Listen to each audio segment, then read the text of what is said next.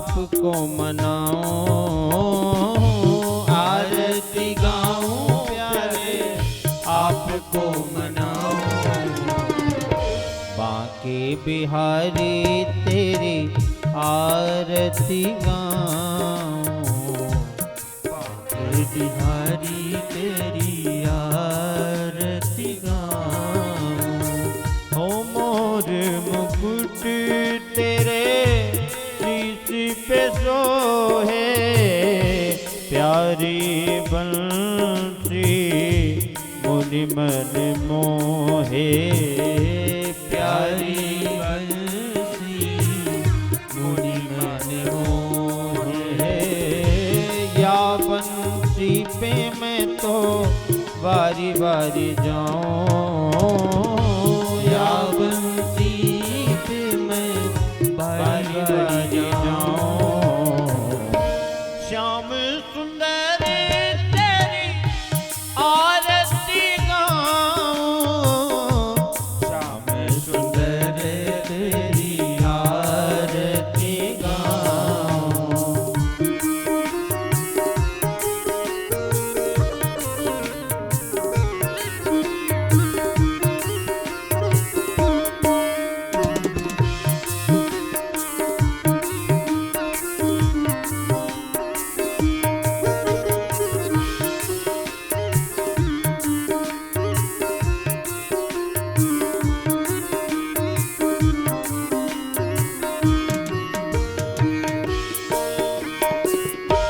चरणों से निकली है गंगा प्यारी, पावन करती हैं दुनिया सारी, पावन करती हैं दुनिया सारी। उन चरणों को मैं सदा पखालूं, चरणों को मैं सदा पखारूं। बांके बिहारी तेरी आरती गाऊं, बांके बिहारी तेरी आरती गाऊं। व्यास दास के नाथ आप हो, सुख दुख जीवन प्यारे साथ आप हो, सुख दुख जीवन प्यारे साथ आप हो। प्यारी छवि को मैं मन में बसाऊं, प्यारी छवि को मैं मन में बसाऊं। श्याम सुंदर तेरी आरती गाऊं, श्याम सुंदर तेरी आरती गाऊं। श्री हरिदास के प्यारे तुम हो, मेरे मोहन जीवन धन हो,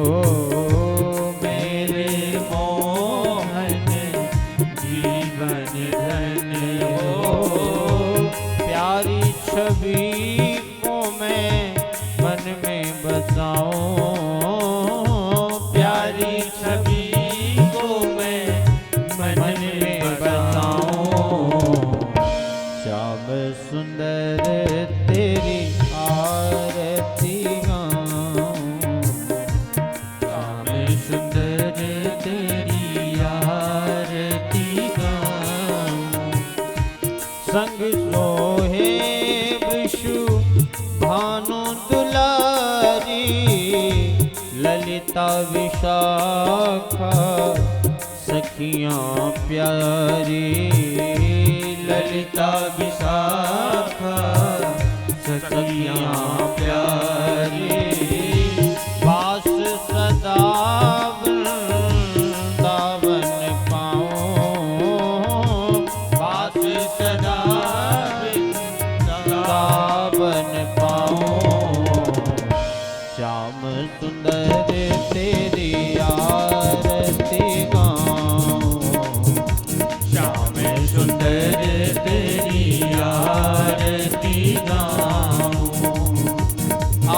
आरती गाऊं प्यारे आपको मनाऊं,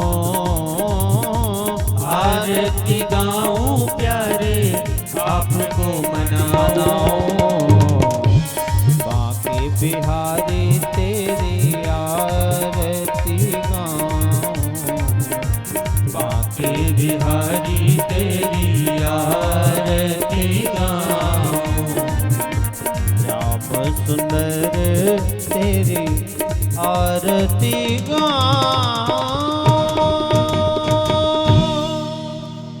जलेन शीतलीकरणं मा पुष्पादिदेवादिवन्दनं मा आत्मादिवन्दनं मा हृदयादिवन्दनं मा द्योः शान्तिरन्तरिक्षको शान्तिः पृथिवी शान्तिरापः शान्तिरोषधयः शान्तिः वनस्पतयः शान्तिर्विश्वे देवाः शान्तिब्रह्म शान्तिः सर्वगुण शान्तिः शान्तिरेव शान्तिः श्यामा शान्तिरेधि। हरिः ओं मा अथ मन्त्रपुष्पाञ्जलिः। ॐ मा जज्येन जज्यमयजन्त देवास्तानि धर्माणि प्रथमान्यासन्ना ते हनाकं महिमानः सचन्द्रजत्रपूर्वे शाद्याः सन्ति देवाः। हरिः ओं नन्दनन्दनाय विद्महे यशोदानन्दनाय धीमहि तन्नो श्रीकृष्णः प्रचोदयात्।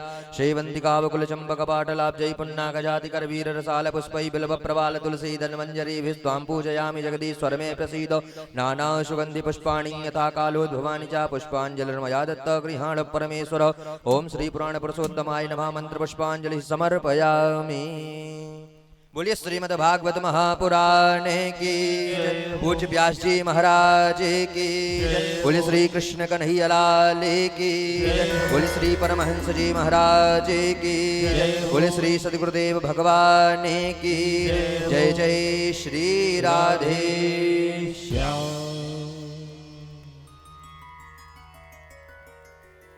सभी लोग अपने स्थान पर विराजमान हो जाएं।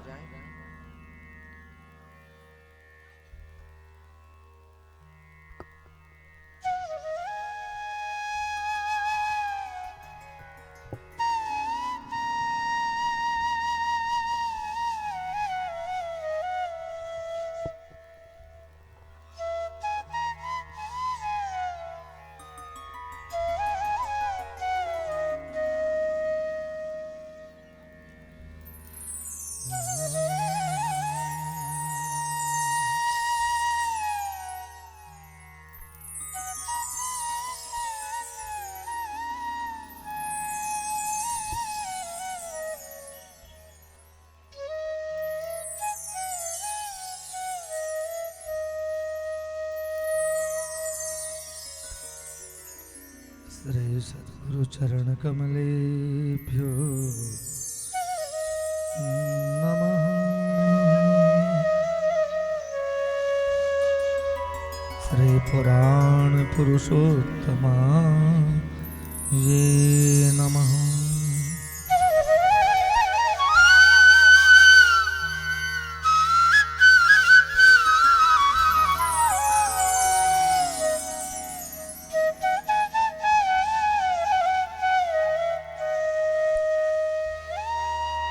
श्री प्राणनाथा ये नमः। सद्गुरु स्वामी परमहंसा ये नमः।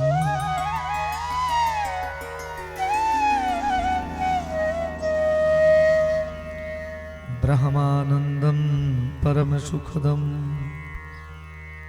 केवलं ज्ञानमूर्तिं द्वन्द्वातीतं गगनसदृशं तत्त्वमस्यादिलक्ष्यम्।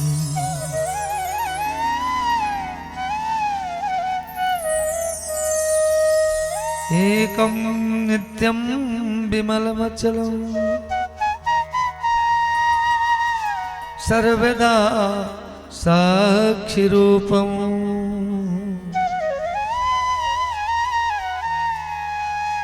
भावातीतं त्रिगुणरहितं सद्गुरुं तं नमामि।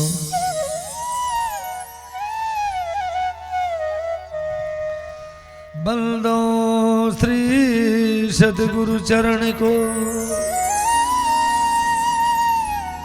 करूं सप्रेम प्रणाम।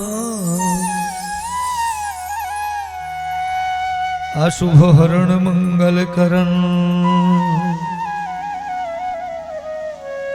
श्री देवचंद्र जी नाम।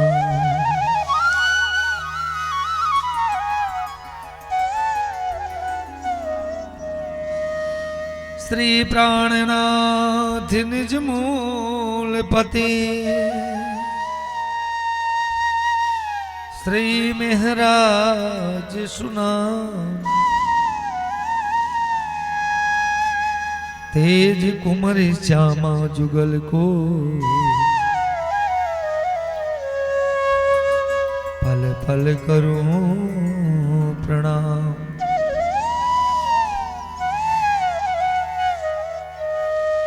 राधे मेरी स्वामिनी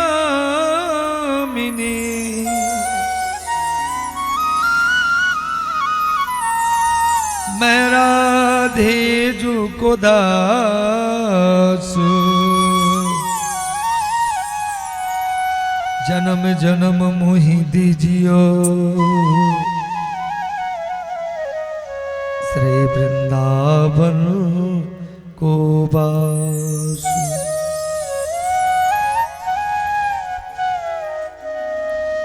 जन्म जन्म मोहि दीजियो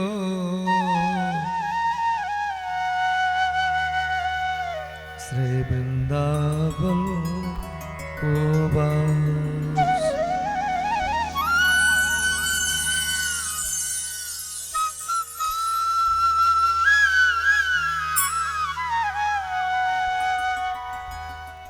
वृंदावन बिहारी लाल की जय।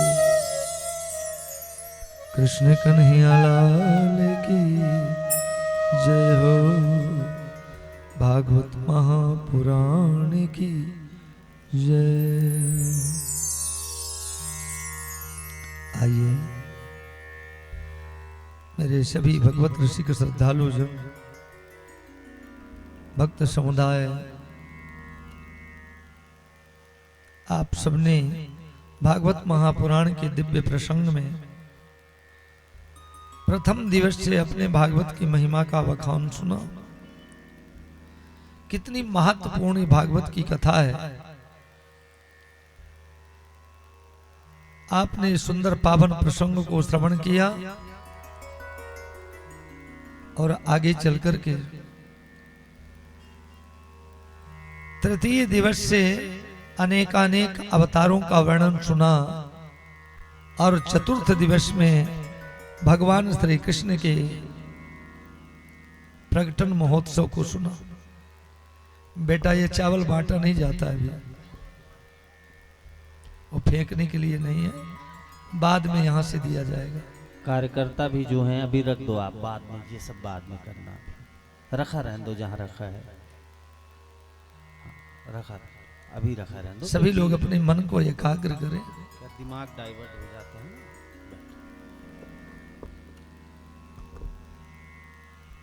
तृतीय दिवस में आपने अनेकानेक अवतारों की कथाओं को सुने। किस अवतार का प्रयोजन कारण क्या है?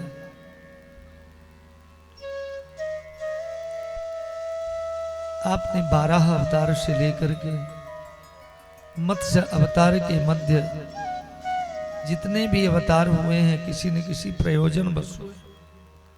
कौन कौन सा कार्य पड़ा कि अमुक रूप भगवान ने धारण किया। देखिए एक बात बताए, जैसे हम सब के बीच में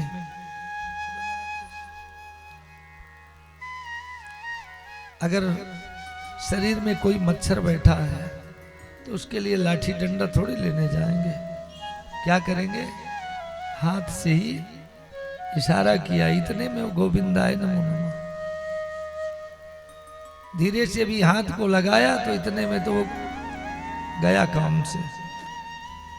लेकिन कहूं बिच्छू आ जाए, क्या करेंगे? हाथ लगाएंगे? नहीं। क्या करेंगे? चरणदासी रखी है, सो उठाए के मारा, सो गोविंदाय नमो नमः। लेकिन वहीं पर एक काला नाग आ गया, तब क्या होगा? तब तो मोटा डंडा चाहिए, और सिंह आ गया तो तब तो फिर क्या बात है, फिर 12 नंबर की जरूरत पड़ी है।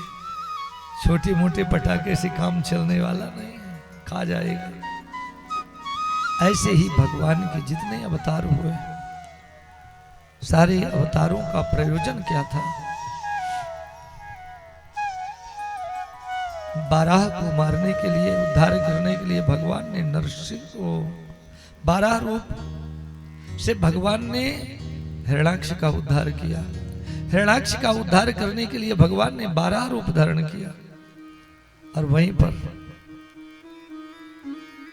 हिरण्याकशिपु का उद्धार करने के लिए भगवान ने नरसिंह रूप धारण किया, क्योंकि उसने वरदान ऐसा मांगा था कि मैं न मनुष्य से मरूं न पशु से। तो भगवान ने वो रूप बनाया और उसे मारा। देखिए, जहां जहां जब जैसी जरूरत पड़ी है, भगवान ने अमुक अमुक रूप बनाया। यज्ञ करके और जब इंद्र ने अश्वहरण किया तो समझाने के लिए भगवान विष्णु को स्वयं आना पड़ा, चूंकि अवतारों से काम अब नहीं रहा। अवतार रूप में पृथु स्वयं थे, तो पूर्ण विष्णु स्वयं आ गए। वेदों की रक्षा करने के लिए मत्स्य रूप धारण किया। मर्यादा का पाठ पढ़ाने के लिए भगवान ने राम रूप धारण किया। भगवान राम क्यों आए? जब लोग अमर्यादित हो चुके थे। कैसे जीना चाहिए, कैसे रहना चाहिए, भाई का भाई के प्रति कर्तव्य क्या है, पता नहीं। तो भगवान श्री राम आ गए। राम ने मर्यादा का पाठ पढ़ाया। हमें निज धर्म पर चलना सिखाती रोज रामायण। राम के चरित्रों से हमें मर्यादा का पाठ सीखने को मिला। लेकिन अब मर्यादा का ज्ञान तो हो गया, परंतु मोक्ष के लिए परमात्मा कृष्ण आ गए। कृष्णम वंदे जगत गुरु। जगत गुरु श्री कृष्ण आए और श्री कृष्ण ने आत्म कल्याण का मार्ग बताया। इससे उत्तम मार्ग आज तक कोई बताने वाला नहीं मिला था। ये मेरे प्यारे भक्तगण, संसार में केवल 2 ही गुरु हैं। तीसरे गुरु तो सब हम फर्जदाय की उन्हीं की बातों को बताने वाले हैं, लेकिन शास्त्रों के मुताबिक केवल 2 ही गुरु हैं। वंदे बोधमयम नित्यम गुरु शंकर रूपिण। पहले गुरु भगवान भोलेनाथ। भगवान भोलेनाथ गुरु है। और कृष्णम वंदे जगत गुरु। श्री कृष्ण जगत गुरु। भगवान भोलेनाथ ने समझाया कि ये संसार नाशवान है, परमात्मा इससे परे है, वो कृष्ण है। जगत गुरु श्री कृष्ण है। गोलोकनाथो भगवान श्री कृष्ण राधिकापति। भगवान भोलेनाथ ने बताया, ए मेरे प्यारे भक्तों, यतो भक्तिर्न भवेत श्री कृष्णो परमात्मने सा गुरु परमो बैरी करोति जन्म निष्फल।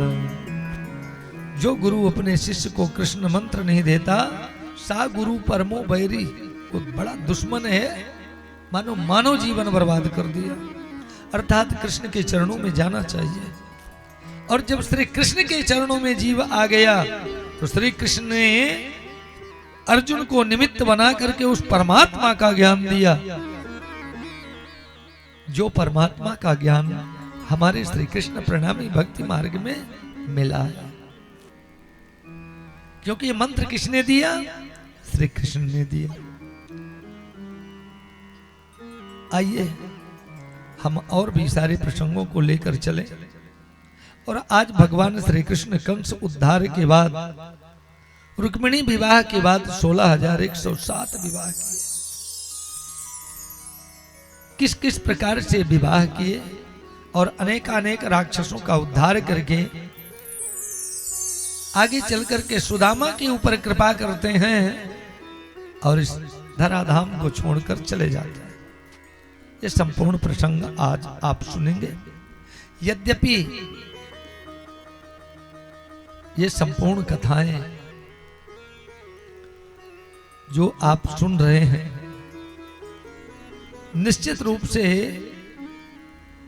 भगवान श्री कृष्ण के और भगवान भोलेनाथ के द्वारा बताए गए प्रसंग ही हम आप लोगों के बीच में इसे पुनरावृत्ति करते हुए और समझा रहे हैं। आइए 2 मिनट प्रणाम संकीर्तन करते हैं।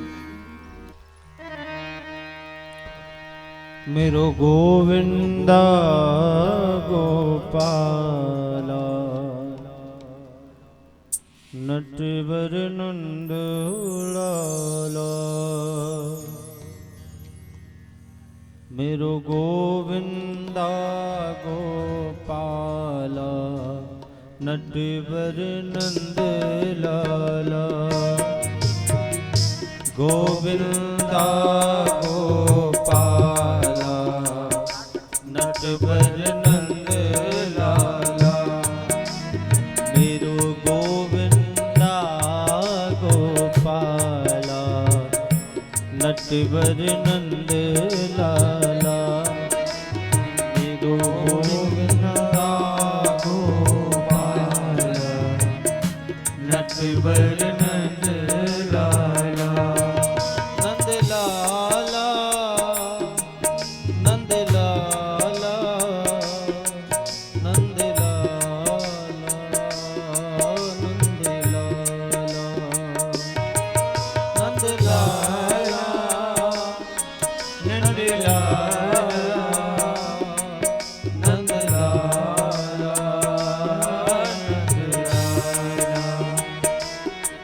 मेरो मोहन मुरली बाला नटवर नंद लाला, मेरो गोविंदा गोपाला नटवर नंद लाला।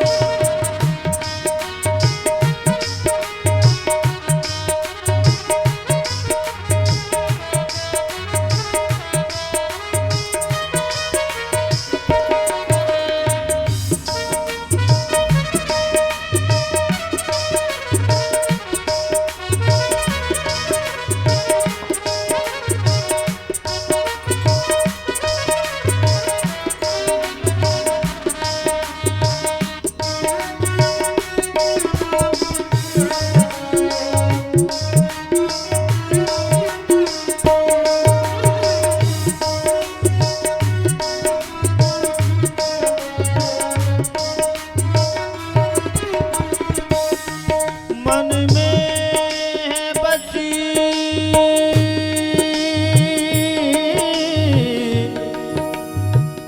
बस चाहो यही प्रिय नाम तुम्हारा उचार करो बिठला के तुम्हें मन मंदिर में मनमोहन रूप निहारा करो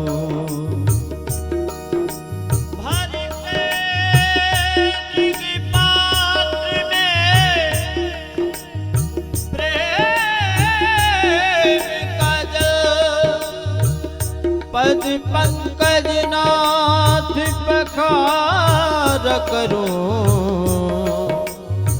बन प्रेम पुजारी तुम्हारा प्रभु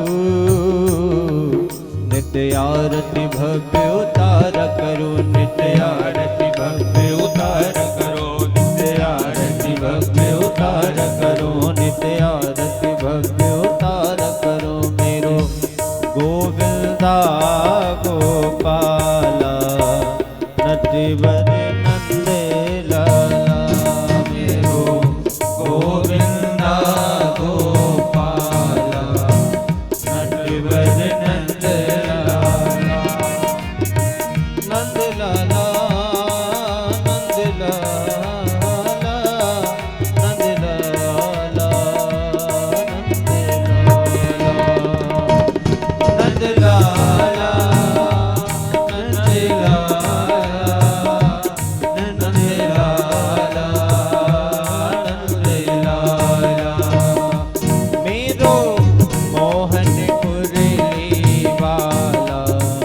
नटवर नंद लाला गाइए मोहन मुरली वाला नटवर नंद लाला ओ नंद लाला नंद लाला नंद लाला नंद लाला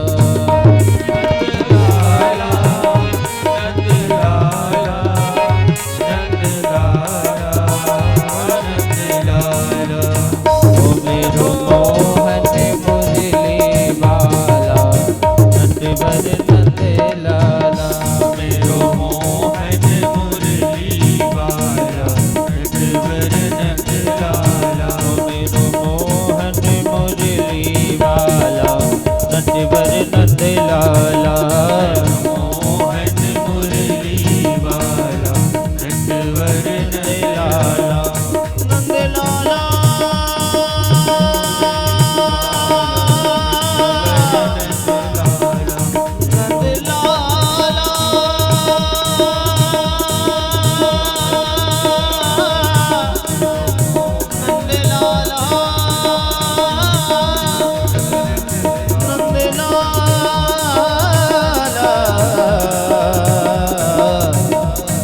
नंद लाला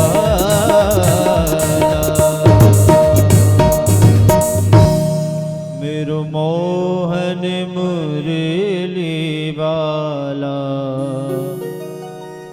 नटवर नंद लाला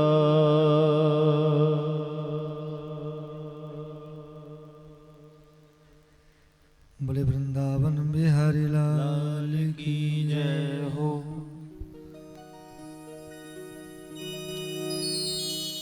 आइए,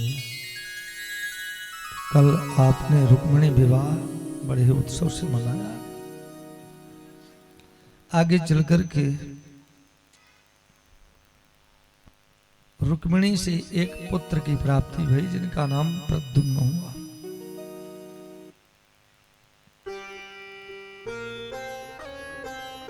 और वो प्रद्युम्न जब 10 दिन के थे उसी समय शंबरासुर ने सूतिका गृह से हरण करवाई के समुद्र में फेंकाया। छोटे से बालक को समुद्र में फेंकवा दिया। लेकिन एक बात बताएं, जिसकी रक्षा स्वयं भगवान करने वाले हों उसको कोई मार नहीं सकता। और जिसको प्रभु मारने वाले हों तो दुनिया में कोई बचा नहीं सकता। आज समुद्र में जैसे ही फेंका छोटे से शिशु को, मछली ने ग्रहण कर लिया। आगे चलकर के उस मछली को मछुआरों ने पकड़ा और लेकर के संबरासुर के रसोई में गए। जैसे उसको मछली को फाड़ा गया तो पेट में सुंदर स्वरूपवान बालक मिला।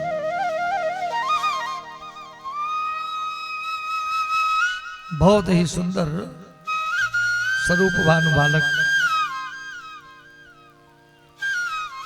ओहो, वहीं पर संबरासुर के यहां एक दासी थी जिसका नाम था रति। ध्यान दीजिए, जब भगवान भोलेनाथ ने कामदेव को जला करके भस्म किया था तो कामदेव की पत्नी का नाम है रति। वो जाकर के रोने लगी, महाराज मेरे पति को आपने मार दिया, अब मैं क्या करूं। भगवान भोलेनाथ ने समझाया था कि तुम्हारे पति कृष्ण के पुत्र के रूप में द्वापर में फिर से मिल जाएंगे। और आज वही भगवान श्री कृष्ण के पुत्र के रूप में जो कामदेव हैं वही प्रद्युम्न रूप में प्रकट हुए और वही समुद्र में फेंके गए। मछली ने ग्रहण किया और मछुआरों ने लाकर रसोइये के पास दिया और उसी से बालक हुआ। लेकिन वहीं पर कामदेव की पत्नी जो रति है वो भी अपने पति की प्रतीक्षा में संबरासुर के यहां दासी का काम कर रहे हैं। समय ऐसा होता है। पांडवों ने भी राजा विराट के यहां जाकर के कैसे अपना जीवन व्यतीत किया था, तो आज वो दासी के रूप में रह रही है। संयोग से उसी बालक को उस दासी को सेवा के लिए दे दिया गया। उस बालक को धीरे धीरे करके पालने पोसते बड़ा किया। एक दिन की बात है, प्रद्युम्न ने उस दासी से कहा, देवी तुम मेरे मां के समान हो, लेकिन तुम्हारा आव भाव मेरे प्रति पुत्र जैसा नहीं है। क्या बात है, तुम्हारा भाव जो है मेरे प्रति पुत्र की तरह नहीं है। रति ने कहा, नाथ आप मेरे पुत्र थोड़ी हो, फिर मैं कौन हूं? आप मेरे पति हो। कहा तुम्हारी बुद्धि कहां गई, समझ तो भला। अरे मैं अभी बेटा हूं और तू सयानी है, कैसे तेरा मेरा रिश्ता पति का हो सकता है? उसने समझाया, महाराज आप भूले हो, मुझे याद है, आप साक्षात कामदेव हो। आप ही भगवान श्री कृष्ण के यहाँ रुक्मिणी के गर्भ से जन्म लेकर के और 10 दिन की अवस्था में फेंके गए समुद्र में और मछली के पेट से यहाँ मिले हो। तो मैं तो केवल अपने पति की प्रतीक्षा में सेवा कर रही हूं। सारा प्रसंग सुनाया, सारी कथा सुनाई।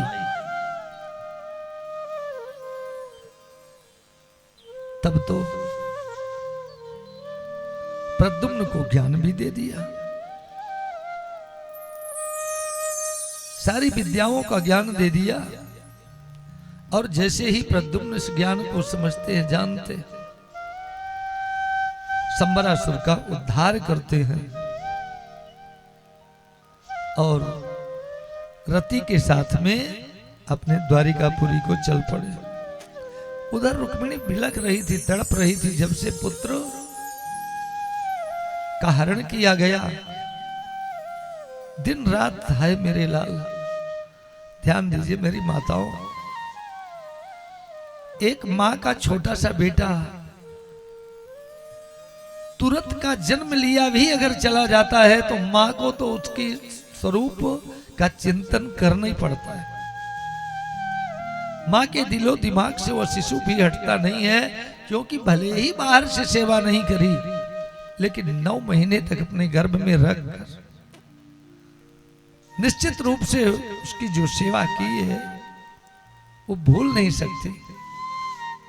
आज 10 दिन की अवस्था में हरण किए गए उस बालक का चिंतन करती हैं रुक्मिणी।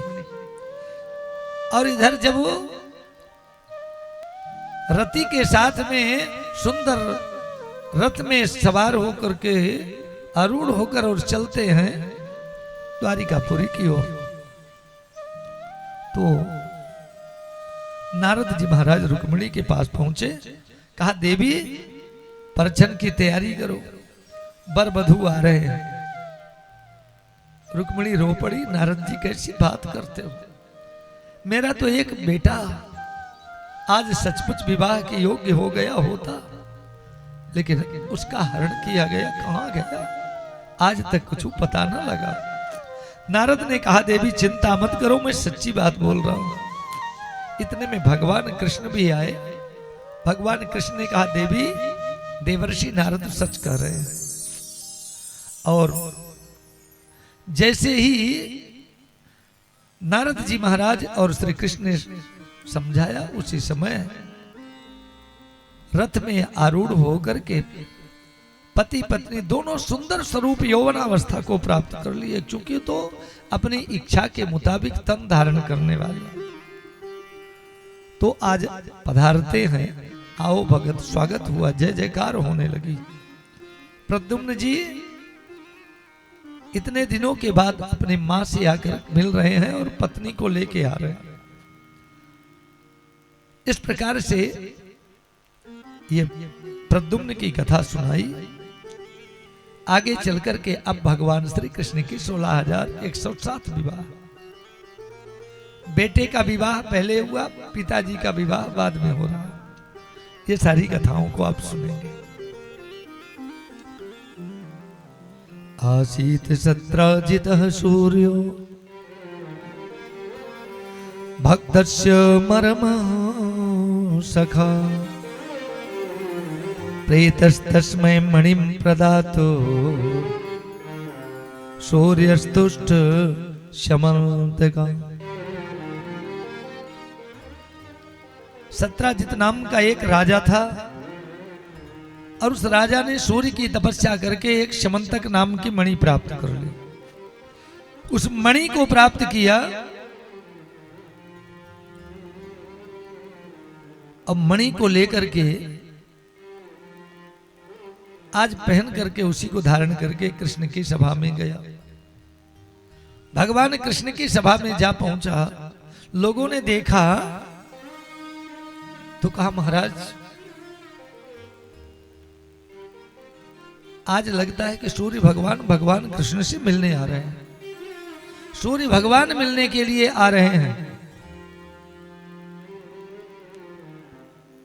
भगवान ने देखा, बोले नहीं सूर्य नहीं है, ये तो शमंतक मणि पहन करके सत्राजित आ रहा है।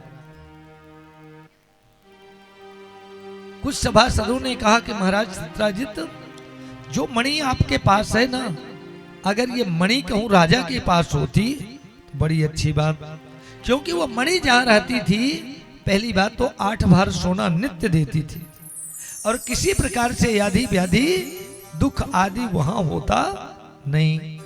तो बोले अगर राजा के पास होती तो सारे राज्य को खुशहाली रहती।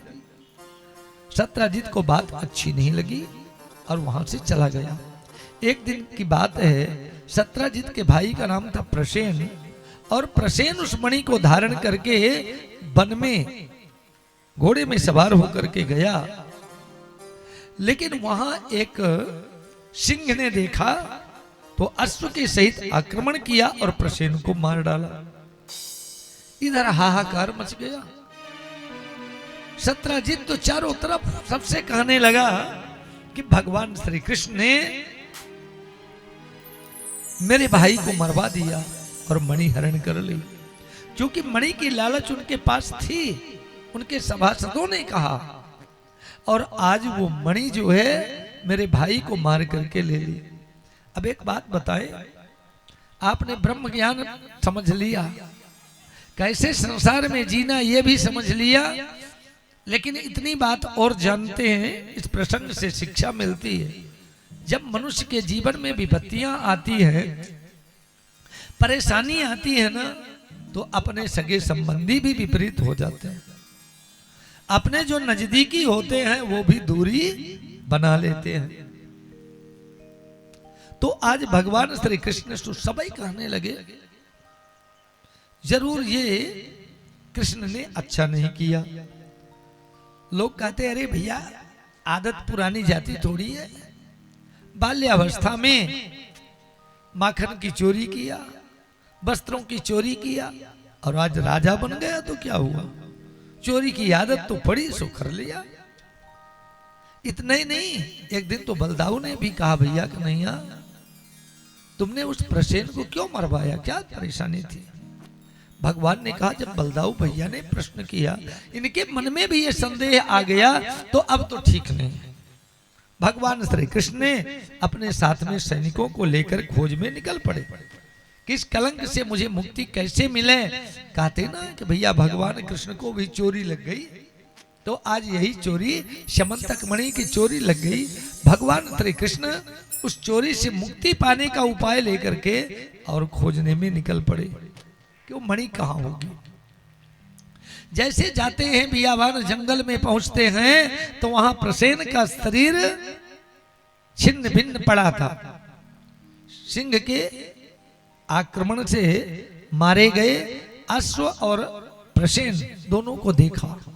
भगवान समझ गए कि यहां निश्चित रूप से सिंह ने प्रसेन को खा लिया। आगे लेकिन मणि तो मिली नहीं, फिर सिंह के पैरों की छाप दिखाई पड़ी, और उसी से आगे बढ़ते गए तो देखा क्या कि सिंह भी मरा पड़ा। जब सिंह मरा पड़ा है, लेकिन वहां भी मणि नहीं मिली। आगे ऋछ के पैरों को देखा, और ऋछ के पैरों को देखते भगवान श्री कृष्ण उसकी छाप के साथ पद चिन्हों को देखते हुए अंदर गए, तो वह ऋछ एक गुफा में प्रवेश किया। गुफा संकीर्ण थी। भगवान ने कहा मेरे सभी सैनिकों आप लोग यहीं विश्राम करो, यहीं रुक जाओ, मैं जाता हूं पता करके आता हूं ये ऋछ गया कहां। भगवान श्री कृष्ण जैसे उस गुफा में प्रवेश करते हैं, उस गुफा में वो ऋछ रहता था और उसकी एक कन्या थी। जैसे कन्या ने किसी पुरुष के पैरों की आवाज सुनी, आहट सुनी, उसने जोरों से चीख किया। चीख सुनकर के वो ऋछ आ गया और भगवान श्री कृष्ण से घमासान युद्ध प्रारंभ कर दिया। ऋछ जो है भगवान श्री कृष्ण के ऊपर आक्रमण कर दिया और 28 दिनों तक अविराम युद्ध चला। कभी भगवान श्री कृष्ण पछाड़ते तो कभी ऋछ भी पछाड़ता। करते करते भगवान श्री कृष्ण ने जब उसे पछाड़ा, उसके अंग अंग शिथिल हो गए, तब वो आकर के चरणों में निवेदन किया महाराज आप ये तो बताइए आप हैं कौन। तब भगवान श्री कृष्ण ने राम रूप का दर्शन कराया। यहां से भगवान राम कृष्ण में कोई अंतर नहीं है। कलाओं का अंतर तो है, लेकिन वैसे राम कृष्ण में कोई अंतर नहीं। भगवान कृष्ण राम कृष्ण सीतापति थे और कृष्ण वही सीता जी रुक्मिणी भाई रुक्मिणीपति हो गए। लेकिन अभी कौन थे? गोलोकनाथो भगवान श्री कृष्ण राधिकापति राधापति थे, अब रुक्मिणीपति हो गए। अभी तक भगवान श्री कृष्ण नंद नंदन थे, यशोदा नंदन थे, अब देवकी नंदन हो गए। बहुत सारे राज हैं मेरे प्यारे भक्तगण, लेकिन इन बातों को हम समझ नहीं पाते और लोग समझने का प्रयास भी नहीं करते। भागवत महापुराण में भी आज तक जब तक रास रमण किया यशोदा नंदन के नाम से जाने गए। कंस वध के बाद देवकी नंदन हुए। जब से अपनी मुरली और अपनी मुकुट नंद बाबा के हस्ते भिजवा दी, यहाँ से भगवान श्री कृष्ण नारायण स्वरूप विष्णु हो गए। बोलो कृष्ण कन्हैया लाल की। राम रूप का दर्शन कराया, प्रणाम किया और महाराज यहाँ आना कैसे हुआ? भगवान ने बताया मैं तो ये मणि लेने के लिए आया हूं। अब वो कौन थे? जामवंत थे। वो ऋषि कौन? जामवंत है। रामावतार के जामवंत थे। जामवंत ने भगवान राम से कहा था कि महाराज मुझे आपने कोई योद्धा नहीं बताया, मेरे शरीर में भी खुजली है कि कोई योद्धा मिल जाए तो हम उस योद्धा से 4 हाथ कर ले। देखिए कोई लड़ाकू होता ना, लड़ने झगड़ने वाला, उसका मन तो लड़ने में लगा रहता है। कोई कलाकार होता है ना, तबलची लोग हैं, बोले कोई एक ताल हम भी बजा के देखें, गायक हैं एक भजन हम भी गाएं, अपनी कला का प्रदर्शन करें। ऐसे योद्धा होते हैं तो हम भी कोई पहलवान मिले तो हम उससे लड़े, अपने बल पर उसको अजमाएं। तो आज जामवंत भी कह रहा था कि मुझे कोई योद्धा बताओ। भगवान राम ने कहा अब आपको कोई योद्धा मिलने वाला नहीं है, क्योंकि अब सीता की खोज हो गई, मैं अब अयोध्या धाम को जा रहा हूं। हाँ, आपकी अभिलाषा हम ही आके पूर्ण करेंगे, क्योंकि आपकी अभिलाषा पूर्ण करने वाला कोई है भी नहीं। आज भगवान श्री कृष्ण ने जामवंत की अभिलाषा पूर्ण करी और कहा महाराज ये मणि के लिए मैं आया हूं, मणि देव और मैं चलूं। जामवंत ने कहा मणि तो दे नहीं सकता, क्योंकि मणि मैंने अपनी बेटी को दे दी, अब बेटी की वस्तु पर पिता का कोई अधिकार नहीं। भगवान ने कहा तो मणि तो हम लेके जाएंगे। बोले तो मुझे मार दो और मणि ले जाओ, क्योंकि जिंदा जी हम अपने पुत्री के हाथ से मणि तो लेने देंगे नहीं। भगवान ने कहा कोई उपाय बताओ कि मणि मिल जाए और मारना ना पड़े। कहा बहुत सरल तरीका है, मेरी बेटी विवाह की योग्य हो गई, आप विवाह रचाओ और साथ में बेटी के साथ में मणि को दहेज में लेके जाओ। बहुत अच्छी बात, भगवान ने स्वीकार किया और वहीं जामवंती के साथ विवाह रचाया। बोलो कृष्ण कन्हैया लाल की। जरा जय जोर से बोले, मेरा तो गला गड़बड़ हो गया, लेकिन आप लोगों का तो थोड़ा जय बोला करे, बल भी मिलेगा। इस प्रकार से जामवंती के साथ विवाह रचाया और लेकर के भगवान श्री कृष्ण जब पहुंचते हैं द्वारिकापुरी में, तो पहले जाकर के वो मणि सत्राजित को लौटाई। सत्राजित ने कहा ये मणि पर मेरा अधिकार नहीं है, मुझे पता है कि मेरे भाई को सिंह ने मारा है, इसमें आपको मैंने कलंकित किया, ये पाप मुझे लगा। महाराज एक काम करो, मुझे इस पाप से मुक्ति दे दो, मैंने आपको कलंकित किया, आपके ऊपर चोरी लगाई, मुझे क्षमा कर दो। लेकिन एक बात बताओ महाराज, आपको ये मणि मिली कैसे? सारी प्रसंग सुना दिया। तो कहा महाराज निश्चित रूप से आप मुझे क्षमा तो तब करेंगे जब क्षमा के लायक बने। तो एक काम करो, ये मणि आप लिए रहो। भगवान ने कहा नहीं नहीं, मणि तो मैं ले नहीं सकता, क्योंकि इसी मणि के चक्कर में मैं गया, मणि की खोज में तो मुझको ये देवी जी मिल गई, तो पत्नी हमारी और मणि तुम्हारी। सत्राजित ने कहा अच्छा तो एक काम करो, जब दहेज में मणि लेते हो तो आप ये मणि तो रखो, और मेरी भी एक पुत्री है सत्यभामा, तो सत्यभामा के साथ में विवाह रचाओ और दहेज में मणि लेकर के घर जाओ। सत्राजित राजा ने भी अपनी बेटी सत्यभामा का विवाह श्री कृष्ण के साथ करके चरणों में क्षमा याचना की। आगे चल करके सूर्यदेव की पुत्री कालिंदी तपस्या कर रही थी, भगवान के चरणों को प्राप्त किया। मित्रविंदा, सत्याभद्रा और लक्ष्मणा किसी को लड़के जीत लिया। सत्या के पिता ने संकल्प लिया था कि मेरे पास 7 बैल हैं, जो 7 बैलों को एक साथ नाथेगा वो मेरे बेटी का विवाह करेगा। भगवान ने 7 रूप बनाए और 7 बैलों को नाथ करके एक रूप में ले जा करके दे दिया लो, और सत्या के साथ विवाह किया। राजा नग्नजित की बेटी सत्या के साथ विवाह किया। ऐसे 7 विवाह हुए। और रुक्मिणी सहित 8 विवाह हो गए। बोलो कृष्ण कन्हैया लाल की जय।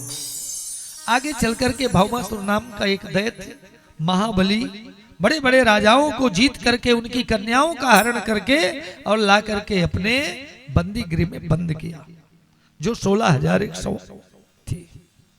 भगवान ने उस भौमासुर के यहाँ प्रस्थान किया, जिसका नाम था प्राग ज्योतिषपुर स्थान।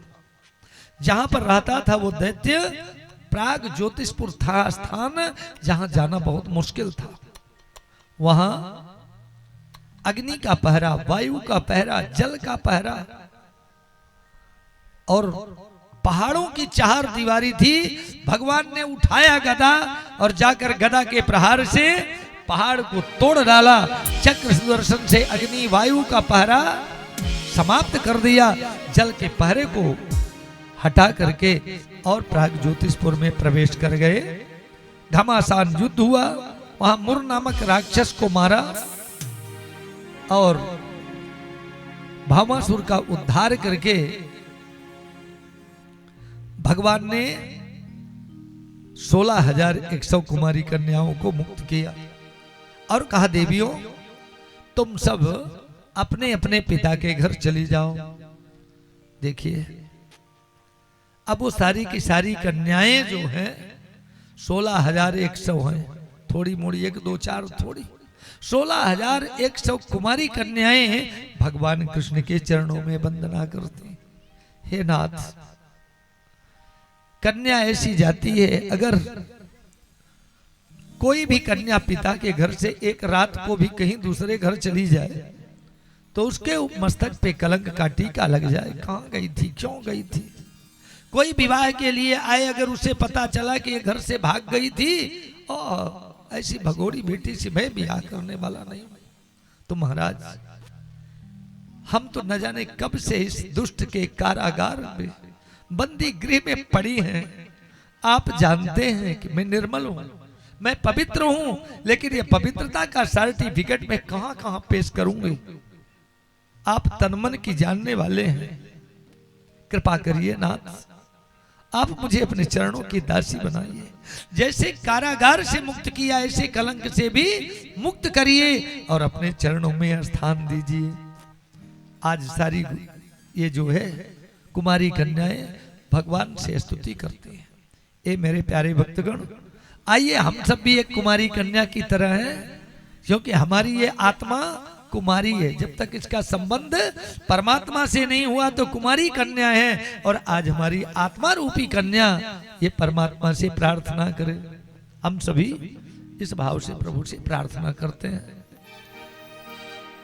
बोलो कृष्ण कन्हैया लाल की जय। मेरे सिर पर रख दो कान्हा अपने ये दोनों हाथ, देना हो तो दीजिए जन्म जन्म का साथ। दोनों हाथ ऊपर उठा, देना हो तो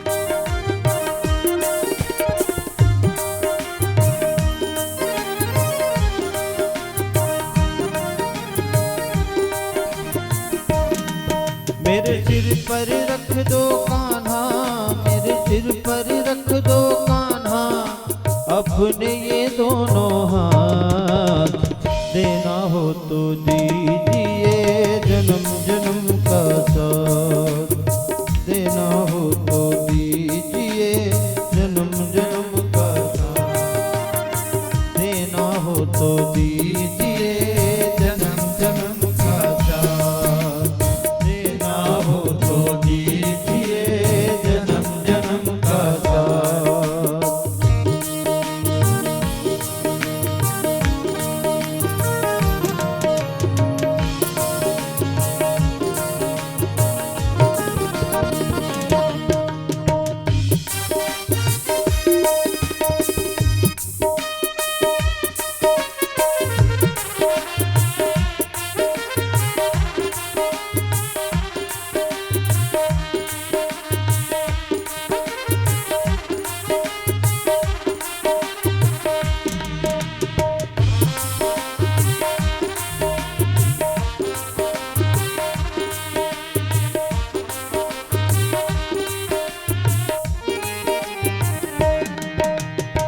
देने वाले श्याम प्रभु तो धन और दौलत क्या मांगे। देने वाले श्याम प्रभु तो धन और दौलत क्या मांगे। श्याम प्रभु से मांगे तो फिर नाम और शोहरत क्या मांगे। श्याम प्रभु से मांगे तो फिर नाम और शोहरत क्या मांगे। मेरे दिल की तमन्ना यही है, मेरे दिल की तमन्ना यही है, करूं सेवा तेरी दिन रात। देना हो तो दीजिए जन्म जन्म का साथ। देना हो तो दीजिए जन्म जन्म का साथ। देना हो तो दीजिए जन्म जन्म का साथ। देना हो तो दीजिए जन्म जन्म का साथ।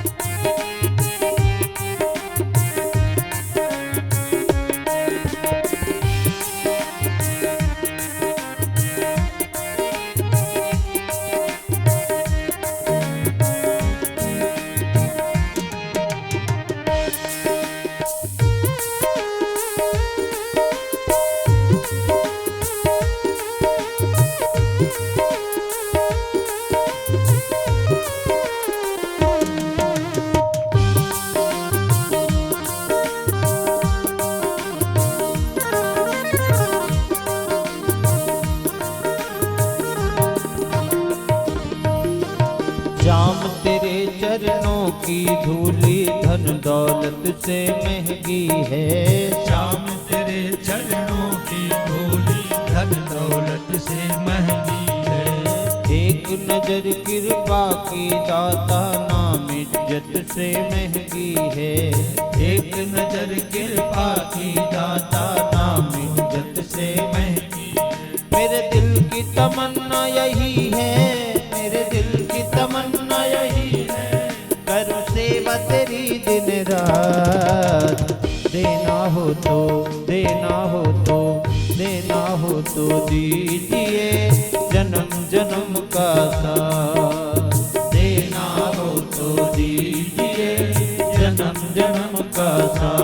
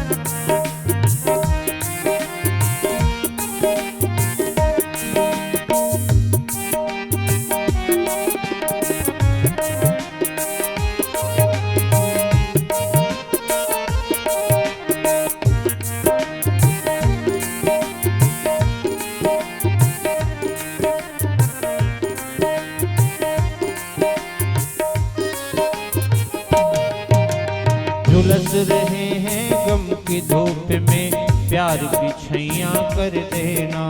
झुलस रहे हैं गम की धूप में प्यार की छैया कर देना। बिन माझी के नाव चले ना अब पतवार पकड़ लेना। बिन माझी के नाव चले ना अब पतवार पकड़ लेना। मेरा रास्ता रोशन कर दो, मेरा रास्ता रोशन कर दो, छाई अंधियारी रात। ऐसा लग रहा है जैसे टिकिया फूट रही हो। बचपन में हम लोगों ने सुना था टिपिर टिपिर टिपिर टिपिर। अरे बढ़िया भाव से पीछे वाले भी ताली बजाओ। आधी अम्मा इसको देख रही, आधी उसको देख रही। बड़े भाव से आज अंतिम दिन है, भगवान के चरणों में मन को लगाओ। ये मायावी चीजें तो दिखाई देती ही रहेंगी, इनमें मत भ्रमित हो। भगवान की कथा पांडाल में बैठे हो, भागवत जी के आश्रय में, बड़े भाव से झूम के ताली सेवा करके मेरे साथ गाइए कि मेरा रास्ता रोशन कर दो, छाई अंधियारी रात। गाइए, देना हो तो देना हो तो देना हो तो दीजिए जन्म जन्म का साथ, देना हो तो दीजिए जन्म जन्म का साथ। मेरे सिर पर रख दो कान्हा, मेरे सिर पर रख दो कान्हा, अपने ये दोनों हाथ। देना हो तो दीजिए जन्म जन्म का साथ। गाइए, देना हो तो दीजिए जन्म जन्म का साथ।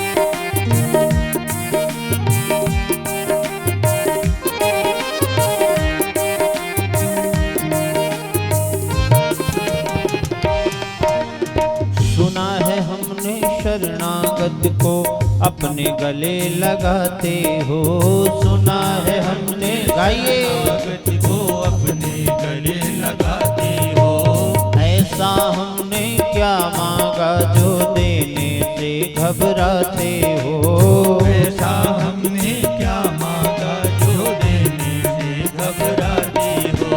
सुना है हमने शरणागत को अपने गले लगाते हो, ऐसा हमने क्या मांगा जो देने से घबराते हो। चाहे जैसे रखो बनबारी, चाहे जैसे रखो बनबारी, बस होती रहे मुलाकात। और अंतिम बार है, ऐसे हाथ उठाओ जिनके हृदय में भावना हो कि चाहे जैसे रखो बनबारी, बस होती रहे मुलाकात। भगवान की कृपा ऐसे ही बनी रहे। हम आप सब प्रत्येक वर्ष इसी स्थान पर एकत्रित होकर भगवत आराधना करने का जो मौका मिला है, ये भगवान देते रहे ऐसी प्रार्थना के साथ कि चाहे जैसे रखो बनबारी, बस होती रहे मुलाकात। उठाइए दोनों हाथ बड़े भाव से कि देना हो तो देना हो तो देना हो तो दीजिए जन्म जन्म का साथ। देना हो तो दीजिए जन्म जन्म का साथ। देना हो तो दीजिए जन्म जन्म का साथ। गाइए,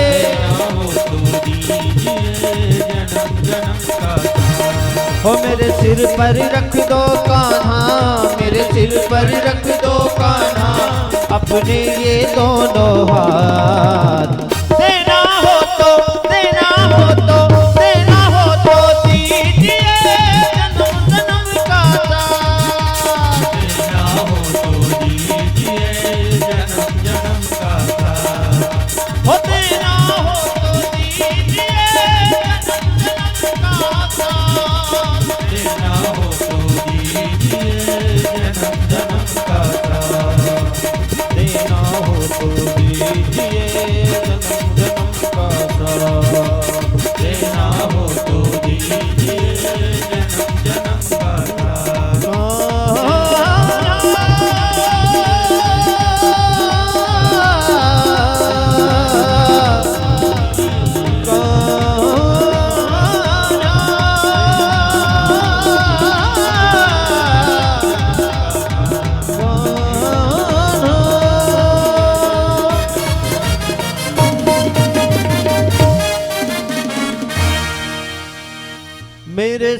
पर रख दो कान्हा अपने ये दोनों हाथ, देना हो तो दीजिए जन्म जन्मों का साथ। बोले वृंदावन बिहारी लाल जय हो। देखिए 16,100 कुमारी कन्याओं ने भगवान श्री कृष्ण के चरणों में अपने जीवन को समर्पित किया। भगवान ने इन सब के साथ में एक ही साथ पाणी ग्रहण किया, विवाह रचाया और 16,100 पालकियां मंगवाई। 16,100 पालकियों में 16,100 रानियों को बैठा करके द्वारिकापुरी को प्रस्थान कराते हैं। और यहाँ भौमासुर के यहाँ 4 दांत वाले हाथी थे। आप लोगों ने 2 ही दांत देखे होंगे, देखे 4 दांत वाले? नहीं देखे। 4 दांत वाले हाथी सफेद रंग के, सफेद रंग के हाथी 64 भगवान ने आज प्राग ज्योतिषपुर से अपने द्वारिकापुरी को प्रस्थान करते हैं। कानों के कुंडल छीन के ले गया था ये अदिति के, इंद्र की मां अदिति है, अदिति के कानों के कुंडल छीन ले गया था। इतना बलशाली योद्धा था कि महाबली राक्षस दैत्य। भगवान ने उसके कानों के कुंडल लेकर के स्वर्ग में जाकर के पहुंचाते हैं। उस समय सत्यभामा साथ में थी। सत्यभामा ने कहा, नाथ स्वर्ग में कल्प वृक्ष है, क्यों ना इसे लेते चले? जरा ध्यान दीजिएगा, बहुत महत्वपूर्ण बात है। अगर आप ये समझ जाएंगे तो सारी राज खुल जाएगी, नहीं तो फिर प्रश्न आते ही रहेगा, वो प्रणामी किसको मानते हैं, क्या करते हैं। ध्यान देना, जैसे ही इंद्र के मां के कानों की कुंडल ले जाकर श्री कृष्ण ने दिया, सत्यभामा के कहने से भगवान ने कल्प वृक्ष उखाड़ करके लेके चल पड़े। इंद्र उस समय गदा लेकर के आक्रमण कर दिया, श्री कृष्ण से युद्ध कर रहा।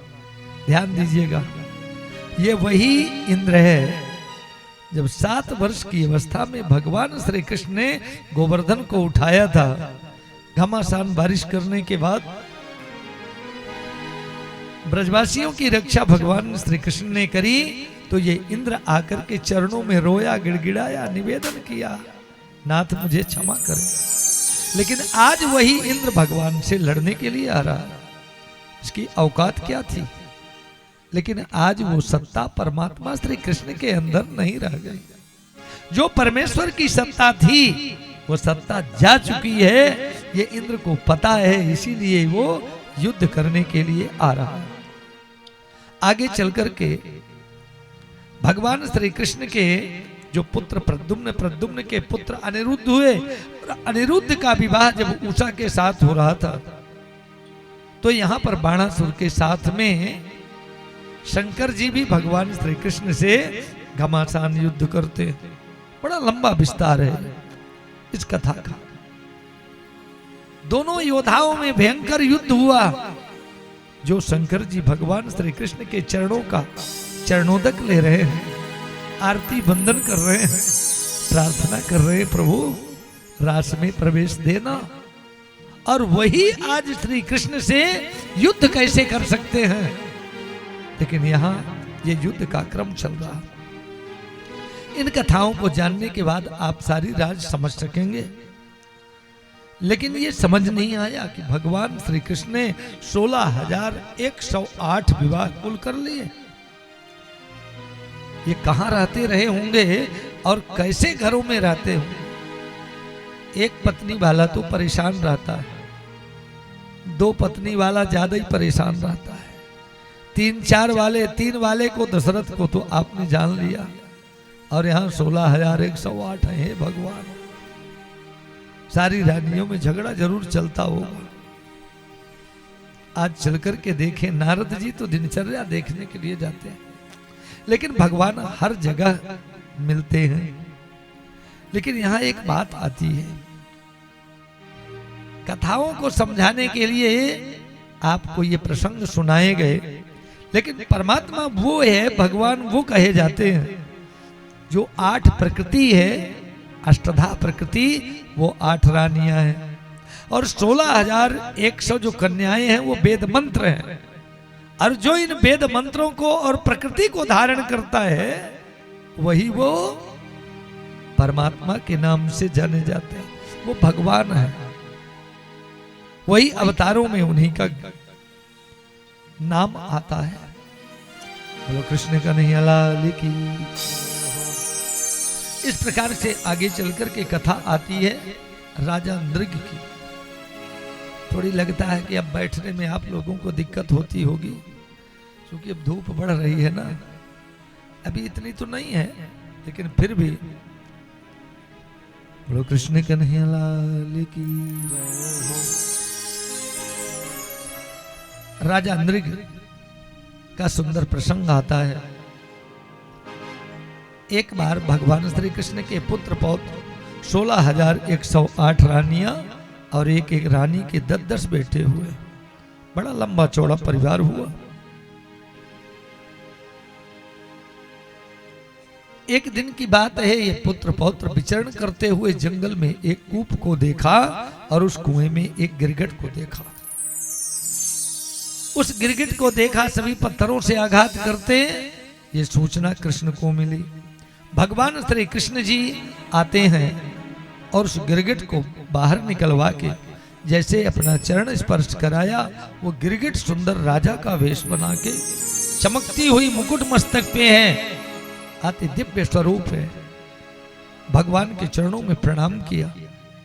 भगवान श्री कृष्ण ने पूछा, अरे भाई तू कौन है? अभी अभी गिरगिट था, अभी अभी सुंदर राजा का वेश बना लिया, अपना पूरा परिचय तो दो। उसने परिचय दिया, महाराज मेरा नाम नृग राजा, मैं राजा नृग हूं। ये गिरगिट कैसे बन गया? बोले महाराज दुनिया में जितने दानदाता हैं उन दानदाताओं में सर्वोच्च सत्ता, सबसे श्रेष्ठ दानदाता में। आज तक के जितने भी दानदाता हैं उन सारे दानदाताओं में सर्वश्रेष्ठ दानदाता में। क्या दान किया? इतना दान का बखान कर रहे हो, और फिर गिरगिट कैसे बन गए? बोले महाराज मैंने 1.25 लाख गायों का दान किया, नित्य प्रति सोने की सींग, चांदी की पीठ और खुर मढ़ा करके। फिर ऐसा क्यों हुआ? बोले एक ब्राह्मण को मैंने दान किया और वो ब्राह्मण दान लेकर के अपने घर गया, वहां से वो गाय छूटी और मेरे गौशाला में आ गई। मैंने उसी गाय को दूसरे ब्राह्मण को दान कर दिया। एक ब्राह्मण गाय को लेके जा रहा, दूसरा ब्राह्मण गाय को खोजते आ रहा। दोनों मेरे पास पहुंचे, महाराज ये गाय कल आपने मुझे दिया। हाँ दिया। तो आपने क्या मुझे आज दान नहीं किया? राजा ने कहा किया। ब्राह्मणों ने कहा फिर ये बताओ ये गाय किसकी है? कल आपने इसे दान किया और आज मुझे दान किया। एक ही गाय को 2 ब्राह्मणों को दान किया, बोलो ये गाय किसकी है? राजा निरुत्तर हो गए। कहा दूसरी गाय मुझसे ले लो। ब्राह्मणों ने कहा संकल्प की वस्तु कभी छोड़ नहीं सकते, क्योंकि आपने संकल्प में दान किया तो अगर फिर से देंगे तो फिर से संकल्प कर देंगे, तो वो कल वाली कहां गई? मुझे वही चाहिए जो मैंने संकल्प में दान लिया। गिरगिट की तरह सर डुलाते हो, जाओ गिरगिट बन जाओ। श्राप दे दिया। उत्तर नहीं दे रहे हो गाय किसकी है? केवल गिरगिट की तरह सर डुला रहे हो। हाँ हाँ तुमको दिया, जाओ गिरगिट बन जाओ। बस महाराज, छोटी सी गलती के कारण मैं आज गिरगिट बना था। जब मैंने उन पिपरों के चरणों में निवेदन किया, महाराज मेरे कल्याण का उपाय बताओ, तो उन्होंने बताया, जाओ भगवान श्री कृष्ण का प्रागट्य होगा, उनके चरणार वृंद तुम पर मिल लगेंगे, चरणों का स्पर्श होते ही गिरगिट योनि से मुक्त हो जाओगे। भगवान श्री कृष्ण से इस प्रकार से बता करके वो अपने दिव्य धाम को गया। भगवान ने अपने पुत्र पौत्रों को समझाया, मेरे बालकों ध्यान देना, जीवन में ब्राह्मण को देना नहीं चलेगा तो मत देना, लेकिन अगर किसी ने दे दिया है या आपने दे दिया तो उसे छीन मत लेना, उसे ले मत लेना। इस बात का विशेष ध्यान देना। ब्राह्मण के नाम पर जो वस्तु निकल गई वो ब्राह्मण की हो गई। चाहे मानसिक रूप से आपने संकल्प लिया कि मैंने ये 100 रुपए पंडित जी को दान किया, तो 100 रुपए पंडित जी के हो गए, फिर उस पे हाथ मत लगाओ। या तो आप उसे देने का संकल्प मत लो। संकल्प से मतलब कोई चावल पुष्प अक्षत लेना ही नहीं है। संकल्प, मन में संकल्प आ गया कि मैंने अमुक वस्तु अमुक को दान कर दिया, लेकिन जिसने पूर्ण रूपेण संकल्प कर ही दिया और फिर ले लिया तो वो पाप लगता है। श्री कृष्ण ने अपने पुत्र पौत्रों को समझाया कि स्वदत्ता परदत्ता ब्रह्मवृत्ति हरेशया खष्टिवर्षि सहस्राणि भीष्टायाम जायते कृमिः। अपना दिया हुआ हो या दूसरे का दिया हुआ, जिसने भी ब्राह्मण को अगर दे दिया और ब्राह्मण से ले लिया, वो 60,000 वर्ष तक भिष्ठा का कीड़ा बनता है। श्री कृष्ण ने अपने पुत्र पौत्रों को समझाया कि जीवन में किसी ब्राह्मण का कुछ लेना नहीं। जो ब्राह्मण का धन अनजान में भी हरण कर लेता है उसे वो पाप लगता है। आज इस प्रकार से समझाया, कभी जीवन में ब्राह्मण का धन मत लेना। अनेक प्रकार के उपदेश देते हैं। सुंदर यज्ञ होता है, उस यज्ञ में भी भगवान श्री कृष्ण ने संतों महात्माओं को उपदेश दिया है मनुष्य को क्या करना चाहिए और क्या नहीं करना चाहिए। आगे चलकर के भगवान ने काशीराज पौंड्रक का उद्धार किया। काशीराज पौंड्रक जो था उसने भगवान का रूप बनाया। देखिए यहां पर भगवान श्री कृष्ण की 4 भुजाएं हैं। 4 भुजा के भगवान कृष्ण हैं, तो उस पौंड्रक ने भी 4 भुजाएं बनाई, 2 भुजा लकड़ियां की लगाई और इस प्रकार से सुंदर तख्तरवा बनवाया जिसमें उड़ान भर रहा है। पहले के जमाने में भी ये वायुयान थे ना, तो आज उस यान में ऊपर से उड़ान भरता है। 4 भुजा लिए, शंख चक्र गदा पद्म।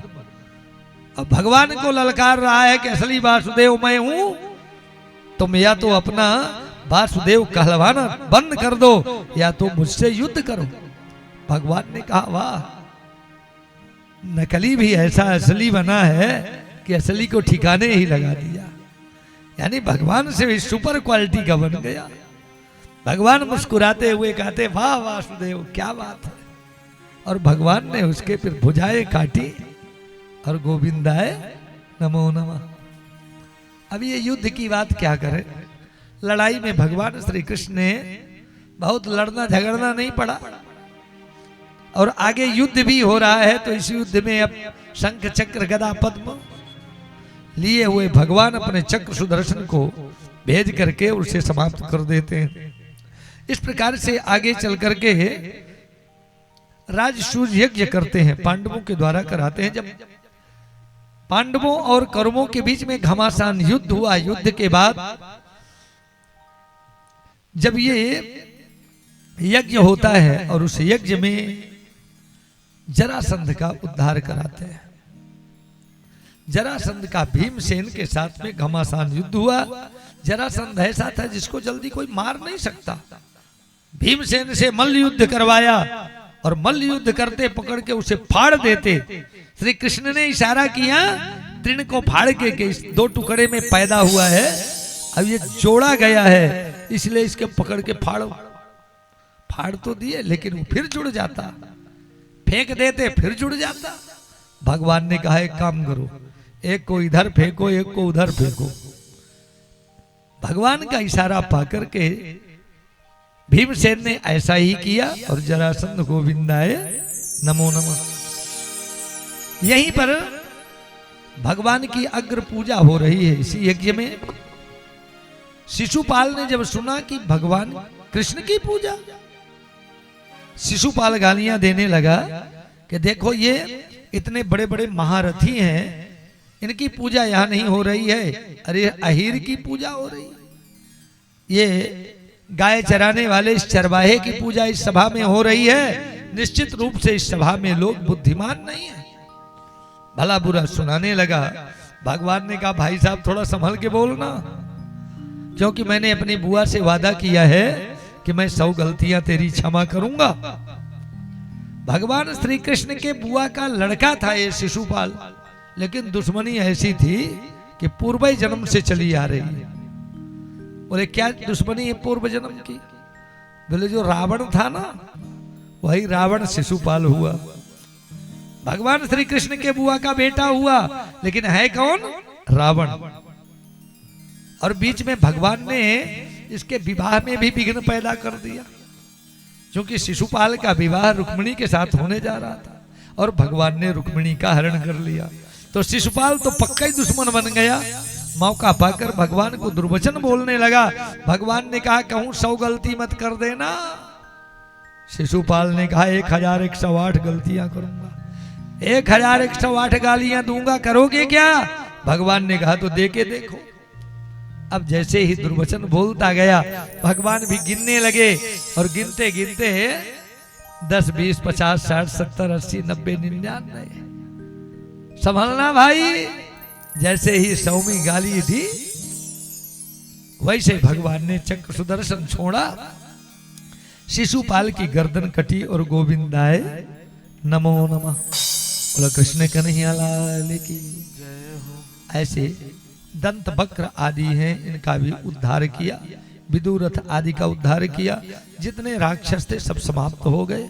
भगवान श्री कृष्ण की अवस्था 125 वर्ष की भई तब एक यज्ञ हुआ। उस यज्ञ में सब संतों को उपदेश किया है। और आगे चल कर के भगवान श्री कृष्ण के सुदामा की चरित्र की कथा, सुदामा चरित्र की कथा जरा थोड़ा सा सब लोगों को सावचेत होकर सुनना पड़ेगा। कहा जाता है कि जो सुदामा चरित्र की कथा सुनता है उसके जीवन से गरीबी चली जाती है। इसलिए सभी लोग संभल के सुनना, क्योंकि सबको अपनी गरीबी भगाना है ना, तो कथा को प्रेम से सुनना पड़ेगा। सचमुच बात तो ये है, या तो जीवन से गरीबी चली जाती है या गरीबी में भी जीने की कला आ जाती है। कैसे जिया जाए? देखिए कुछ गरीब लोग भी ऐसे रहते हैं, लगता है कि अरबपति खरबपति ना रह पाए, ऐसी व्यवस्था से रहते हैं। कुछ ऐसे रहते हैं कि धन की कमी तो नहीं है, लेकिन लगता है कि कहाँ का फटीचर है, खाने को लाले लगे, है कि नहीं? तो देखना, आज सुदामा चरित्र की इस कथा में एक बात और कही है। सुदामा की झांकी कहूं आए तो हंसना नहीं। लोगों की आदत होती है कि सुदामा जी आ रहे हैं लट्ठी लिए तो लोग हंसने लगते हैं। उस पर विचार करना कि सुदामा जी की गरीबी कैसी रही होगी। हे परमात्मा, अगर मेरे जीवन में यह दशा आ गई तो मैं कैसे रहूंगी? माताओं जरा पीछे के विचार करो। ये सयानी सयानी माताएं ना, अब तो ज्यादा माताएं रह ना गई वो गरीबी में जीवन जीने वाली, क्योंकि हम आपके जमाने में वो गरीबी है नहीं। पुराने जमाने में मैया लोग एक साड़ी पहनी है तो दूसरी को पहनने को सोचना पड़ता। अगर दो हैं तो कहीं जाना है तो तीसरी है जरूरी नहीं था। अगर है तो उसे लुका छिपा करके रखती कि जब मायके जाऊंगी, बहन के यहाँ जाऊंगी तो पहन के जाऊंगी। बस 4-6 साल 10 साल चल जाती। और आज हमारी माताएं, बहनें, बेटियां, देवियां, बहुएं एक नहीं सैकड़ों साड़ियां हैं, लेकिन पति से झगड़ा कर देती हैं। बताओ, अभी अभी इसको पहन के गई थी ना, और फिर वही पहन के जाऊं तो दूसरी बहन क्या बोलेगी? इसके पास एक ही साड़ी है का? जितनी बार कहीं जाऊं तो अलग अलग पहन के जाना चाहिए। तो देखिए, ऐसे ही कुछ गरीबी के समय कैसे जीवन जिए, ये कला इस प्रसंग से, इस कथा से शिक्षा मिलती है। बोलो कृष्ण कन्हैया लाल की। आज सुदामा जी महाराज विद्या अध्ययन करने के लिए संदीपन मुनि के आश्रम में जा रहे हैं। संदीपन मुनि के आश्रम में विद्या अध्ययन को जाते समय, पहले के जमाने में कोई वाहन ज्यादा नहीं थे, पैदल जाना पड़ता, या रथ ज्यादा से ज्यादा, बैलगाड़ियां थी पुराने जमाने में। बारातें जाती थी, अपन लोग भी कभी गए तो ऊंट में बैठ के, हाथी में बैठ के, घोड़े में बैठ के, कुछ स्थलों में तो बैल में बैठ के या बैलगाड़ी में बैठ करके ऐसे बारातें जाया करती थी। आज जैसे स्कॉर्पियो बोलेरो नहीं, कहीं एक आध राजा रजवाड़ों के पास भी कहीं नहीं मिलती थी, उनके यहाँ भी यही साधन। ये तो 10-25 साल से सारी व्यवस्था हम लोगों के बीच में, मुश्किल से 50, 60, 70 साल के इधर ही हम लोग खुशहाली में जीवन व्यतीत कर रहे हैं। तो आज सुदामा जी महाराज पदयात्रा में जा रहे थे। जंगल में जाते हुए उनके पैर में एक कंटा लगा। जैसे पैर में कंटा लगा, और ऐसा नहीं, कांटा जो लगा है तलबे में लगा और ऊपर निकल गया। तलबे से ऊपर निकल चुका है और नीचे से टूट भी गया। अब विचार करें, जाके पैर न जाए बेमाई, देखा जाने पीर पराई। आज की माताओं, बहनों, देवियों, बच्चियों के पैरों में बेवाइयां फटी ना होंगी, क्या मालूम उन्हें कैसे बेवाइयां होती। पुराने जमाने में जब जूता चप्पल देखने को मिल नहीं पाते थे, धूल धूसरे सारे गृहस्थी के काम करने पड़ते तो बेवाइयां फटती थी। आज पैरों में कंटक लगते थे, आज वो कंटे लगने का नाम नहीं। हम काम भी उतना नहीं करते। किसानों के यहाँ जरूर आज भी जब कुछ काम करते होंगे, जो मजदूर वर्ग के लोग बेचारे हैं, उनके जरूर कंटे लगे होंगे। तो आज सुदामा के पैर में कंटा लगा और सुदामा जी बिलक बिलक के रो रहे। उसी समय भगवान श्री कृष्ण भी रथ में आसीन होकर के निकल रहे थे। संदीपन मुनि के आश्रम में विद्या अध्ययन करने के लिए भगवान श्री कृष्ण जा रहे हैं। मार्ग में रोते बिलखते जब सुदामा की आवाज को श्री कृष्ण ने सुनी, रथ रोका, सारथी रथ रोको, रथ खड़ा हुआ। भगवान रथ से उतरते हैं और वो आवाज सुनते आगे बढ़ने लगे। भाई कौन हो, क्या हो गया, क्यों रो रहे हो? आवाज लगाते, किधर से आवाज आ रही है? और सुदामा के पास पहुंच गए। सुदामा जी को जाकर के देखा, पैरों में कंटा लगा, बिलक बिलक के रो रहे थे। श्री कृष्ण ने पूछा, भाई क्या बात है, क्यों रो रहे हो? इशारा किया, ये पैर में लगा कंटा निकल नहीं पा रहा है। भगवान ने भी परिश्रम किया लेकिन वो कंटा निकल नहीं सका। अंत में भगवान ने अपने दांत की चिमटी बनाकर तलबे में लगे हुए इस कांटे को खींच लिया। कौन ऐसा कर सकता है? लेकिन भगवान ने आज अपने स्वयं दांतों से ही कांटे को निकाला।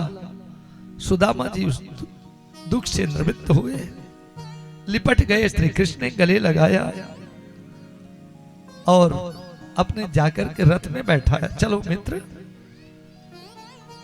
हम भी विद्या अध्ययन करने के लिए संदीपन मुनि के आश्रम में जा रहे हैं और तुम भी जा रहे हो। चलो हम दोनों मित्र हैं और साथ साथ में चलेंगे। अपने रथ में बैठा कर लेके चले, जाकर के विद्या अध्ययन करने लगे। एक दिन की बात है, संदीपन मुनि के आश्रम का नियम था कि जो प्रश्न का उत्तर ना दे सके उसे जंगल में लकड़ी लेने को जाना पड़ता। सुदामा ने प्रश्न का उत्तर नहीं दिया। भगवान ने कहा, मेरा भैया अगर प्रश्न का उत्तर नहीं दे पाया तो जंगल जाना पड़ेगा, सो क्यों ना अपने मित्र का साथ निभाए।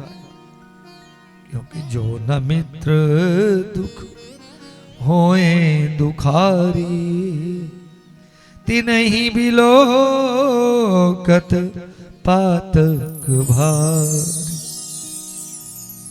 जो अपने मित्र के दुख पे दुखी नहीं होता वो मित्र नहीं है, उसका तो मुख देखना पाप है।